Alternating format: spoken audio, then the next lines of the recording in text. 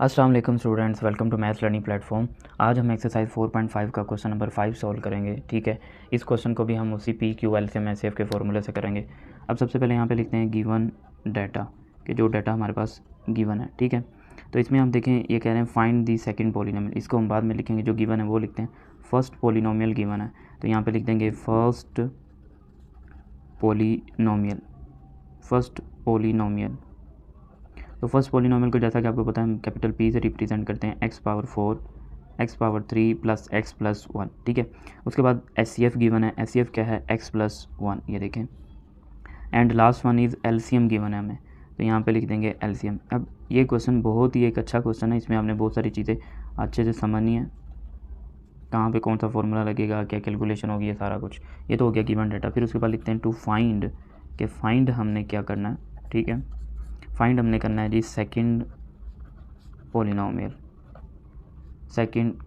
Find करना है, जिसको हम क्यू से रिप्रेजेंट करेंगे। ठीक है, अब यहाँ पे हम क्या करेंगे कि फॉर्मूला लिखेंगे। ठीक है, फॉर्मूला क्या है? P multiply by Q is equal to LCM multiply by HCF. अब आप सोचे होंगे सर किसी क्वेश्चन में एलसीएम एचसीएफ को इधर लिख देते हैं, किसी में पी क्यू को इधर लिख देते हैं। तो मैंने आपको प्रीवियस क्वेश्चन में भी बताया था, जो फाइंड करना होता है वो जिस प्रोडक्ट में आ रहा होता है उस प्रोडक्ट को मैं लेफ्ट साइड पे लिख देता हूँ। तो पी हमें गिवन है, वैल्यूज़ पुट करते हैं, अब इसको सॉल्व करते हैं प्रॉपर्ली। तो ये देखें पी की वैल्यू गिवन है, ये वो यहाँ पे पुट कर देंगे x power 4 x power 3 plus x plus 1 multiply by Q, ये फाइंड करना है। अब ये देखें एलसीएम का आंसर ये गिवन है, सारे का सारा यहाँ पे लिखेंगे x power 3 plus 1 x power 4 plus x power 3 minus x minus 1 multiply HCF का आंसर ये गिवन है x प्लस 1, ये लिख दिया। ठीक है, अब देखिए इसमें हमने फाइंड क्या करना है। फाइंड हमने करना है q, तो ये इधर आके डिवाइड हो जाएगा। तो q is equal to x power 3 plus 1 x power 4 x power 3 minus x minus 1 multiply by x plus 1 और divide by x power 4 x power 3 plus x plus 1। ठीक हो गया। अब यहाँ पे हम क्या करेंगे, इसको कैसे सॉल्व करना है। ठीक है, अब आप देखें आपने सिंपली यहाँ पे क्या करना है। वैसे तो सॉल्व करने के बेशुमार मेथड है, लेकिन अगर हमने अच्छी प्रैक्टिस की होगी, हमें याद होगा कि हमने बुक में कैसे क्वेश्चन किया था, तो हमें पता होगा। ठीक है, अब आप देखें आपने इन दोनों को बस फैक्टराइज़ करना है। इन दोनों को क्या करना है? फैक्टराइज। बाकी किसी भी नंबर को यहाँ पर नहीं छेड़ना, ये तो ऑलरेडी फैक्टराइजेबल है, मतलब इसके फैक्टर नहीं बनेंगे मज़ीद, और इसके फैक्टर बनेंगे, लेकिन इसको सोल्व नहीं करना आपने। उसकी रीज़न मैं बता दूंगा, और ये भी बता दूंगा अगर आपने सोल्व कर लिया तो फिर आप उसको कैसे एडजस्ट करेंगे बात। ठीक है, बाकी का जो क्वेश्चन है हम करते हैं यहाँ पे। तो देखें सबसे पहले इसमें है x पावर 3 और प्लस 1, ये एज इट।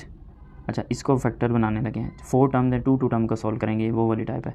तो x पावर 3 इन दोनों में से कॉमन आ गया, x पावर 3 कॉमन आ गया, तो बाकी क्या रह गया x प्लस 1। फिर यहाँ से कुछ भी कॉमन नहीं है तो आप माइनस कॉमन ले लेंगे और साथ में 1 भी, तो ये हो जाएगा x प्लस 1, और साथ में ये जो x प्लस 1 है ये ऐसे ही आ गया, ये वाला x प्लस 1 डिवाइड बाय। अब डिवाइड वाला एक्सप्रेशन भी इससे मिलता जुलता है ये वाला एक्सप्रेशन से, जैसे ये बस थोड़ा बहुत साइन भी क्या डिफरेंट है। तो इन दोनों में से क्या कॉमन आएगा? x की पावर 4 और x की पावर 3 में से x की पावर 3, तो बाकी रिमेनिंग कितनी पावर आएगी? x प्लस 1 कॉमन लेने के बाद जो आंसर है। अब यहाँ से कुछ भी कॉमन नहीं है तो प्लस 1 कॉमन आ जाएगा, तो रिमेनिंग रह गया x प्लस 1, तो ये हो जाएगा x प्लस 3 प्लस 1। अब ये देखें ये दोनों ब्रैकेट सेम है, इसको आप कॉमन ले लें x प्लस 1, तो बाकी क्या बचेगा यहाँ पे x पावर 3 और यहाँ पे बचेगा माइनस 1, सही हो गया, मल्टीप्लाई, और ये रह गया x प्लस 1 डिवाइड बाय। अच्छा, यहाँ पे देखें हम इसको कैसे सॉल्व करेंगे। x पावर 3 प्लस 1 और ये पहले कॉमन लेना था x प्लस 1। ठीक है, ये कॉमन आ गया। अब देखें यहाँ पे हमने जो फैक्टर्स मैंने आपको बताए थे कि इसको सिंप्लीफाई करें, इसको तो वो कर लिया। तो ये देखें x प्लस 1 और x प्लस 1 कट हो गए, ये वाला और ये वाला एक्सप्रेशन कट हो गए, अब रह गए ये दोनों। ठीक है, अब आपको समझ आ गई होगी कि मैंने इसको फैक्टराइज़ क्यों नहीं किया था, क्योंकि मुझे पता था कि नीचे वाले को जब मैं फैक्टराइज़ करूँगा ये उसके साथ डायरेक्ट कैंसिल हो रहा होगा। ठीक है, अगर फॉर एग्जांपल आप इसको गलती से ऐसे भी लिख देते हैं, क्योंकि हमें पता है कि x power 3 plus 1 according to this formula a3 plus b3 जो कि इक्वल होगा a plus B A square minus A B plus B square. इस फार्मूला के अकॉर्डिंग ये जो एक्सप्रेशन है ये इक्वल होगा x plus 1 X square minus X plus 1 के। ये अगर मैं लिख भी देता यहाँ पे इस जगह पे तो मैंने क्या करना था कि जब नीचे भी आना था तो मैंने उसकी जगह पे भी क्या लिख देना था, यही एक्सप्रेशन लिख देना था। तो उससे क्या हो जाना था, वो दोबारा एक दो स्टेप और होने थे लेकिन वो कैंसिल हो जाना था। ठीक है, अच्छा बाकी रह गया ये वाला आंसर x⁻³ - 1। तो ये भी आप इसको आंसर लिख सकते हैं, लेकिन मसला ये है कि बुक के पीछे ये आंसर नहीं है सेकंड पॉइंट। अब हमें तो याद नहीं रहेगा कि जो है बुक के पीछे क्या आंसर है, बुक के पीछे क्या आंसर नहीं है।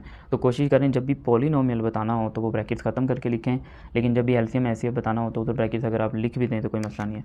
दोबारा मैं बता देता हूँ मैंने क्या बताया है। जब भी आपसे पूछा जाए बताएं फर्स्ट पॉलिनोमियल क्या है, सेकंड पॉलिनोमियल क्या है, तो आप ब्रैकेट्स रिमूव करके लिखें। जैसे देखें यहाँ पे फर्स्ट पॉलिनोमियल कैसा लिखा हुआ है, विदाउट ब्रैकेट्स लिखा हुआ है, तो आप कोशिश करें इसको भी विदाउट ब्रैकेट लिखें। तो उसके लिए हमें क्या करना पड़ेगा, मल्टीप्लाई करना पड़ेगा। x3 के साथ पहले हमें इस ब्रैकेट को मल्टीप्लाई करना पड़ेगा, फिर -1 के साथ x+1 को क्या करना पड़ेगा, मल्टीप्लाई। तो ये हो जाएगा x⁴ + x⁻³ - x-1। तो ये आपके पास आ गया सेकंड पॉलिनोमियल, यानी x⁻³ और 1 4, x⁻³ × 1 x⁻³ 1 को x से मल्टीप्लाई किया, x minus plus minus minus plus minus 1 का टेबल 1 तक। तो ये आपके पास क्या आ गया, आंसर आ गया। ठीक है, तो इसी के साथ ही हमारा जो क्वेश्चन नंबर 5 वो भी कंप्लीट होता है। आई होप के जो कॉन्सेप्ट जो चीज़ें मैंने आपको समझाने की कोशिश की हैं वो आपको अच्छे से समझ आ रही होंगी, लेकिन फिर भी अगर आपको किसी स्टेप में कोई कन्फ्यूजन है तो आप कमेंट्स में मुझसे ज़रूर पूछें। और इसके अलावा डिस्क्रिप्शन में मेरा व्हाट्सअप नंबर भी बना है, उधर आप मुझसे कॉन्टैक्ट कर सकते हैं। ये और अगर आपको मेरी वीडियो मेरा काम अच्छा लगता है तो वीडियो को लाइक ज़रूर करें और साथ ही साथ बेल आइकन को भी प्रेस करें, और चैनल अगर नहीं सब्सक्राइब किया वो भी सब्सक्राइब करें ताकि हर नई आने वाली वीडियो से आप जो है अपडेट रह सकें। और अगर आप मुझे मेरे काम के हवाले से कोई सजेशन देना चाहें तो वो भी दे सकते हैं। बार बार आपको यही मैं बोल रहा हूँ कि कुछ इस बुक में मुश्किल चैप्टर है, मुश्किल तो वैसे कोई भी नहीं है, मतलब कुछ चैप्टर ऐसे हैं जिनमें आपको ज़्यादा प्रैक्टिस करनी पड़ेगी, तो उनमें आप जो है वीडियोज़ को सुनें और साथ साथ जो है अपनी प्रैक्टिस भी करें, ताकि जो है आपकी जो कन्फ्यूजन है वो तब दूर होंगी जब आप खुद लिखेंगे क्वेश्चन को। अल्लाह हाफिज़। नेक्स्ट वीडियो में हम इस एक्सरसाइज का लास्ट क्वेश्चन जो कि क्वेश्चन नंबर 6 है वो सॉल्व करेंगे।